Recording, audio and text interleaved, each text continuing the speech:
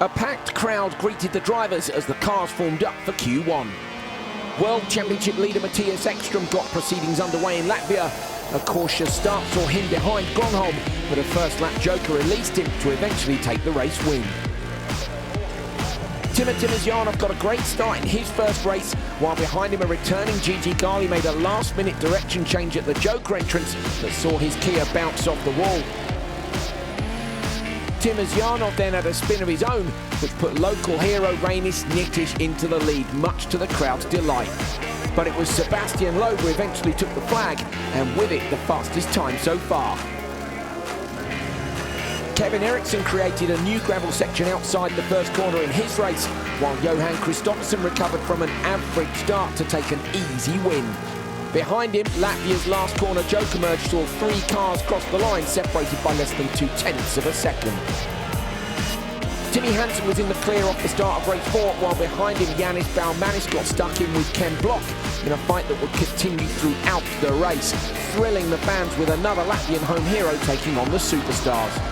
Hansen went fastest so far, setting a stunning time. Baccarat and Solberg did battle in the last race of Q1, the new star leading the champion and Petter pushing very hard as he chased him down. Baccarat took the win, but his time was still second to Hansen's. After his Q1 issues, Timosyanov set a great time at the start of Q2. It might have been even quicker without sliding wide on the last lap. Eriksson suffered from another tricky start and did well to hold on for the ride. Ken Block led the early running, but Topi Heikkinen joked to find clear air and did enough to be out in front come the end of the race. Yanis Baumanis was under fire after turn 1 in the next encounter. He had contact with David Genet but capitalised at the hairpin, making a pass on the Frenchman. Johan Kristoffersson kept out of trouble in the lead and moved to the top of Q2 so far. But the Bikanieki track had saved the best of the action until the last race of the day.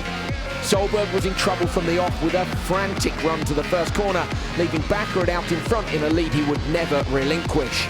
Behind him, world title fighters Solberg and Ekström joker together, but the joker exits Solberg and Hansen had contact that dropped Solberg into the clutches of his arch rival.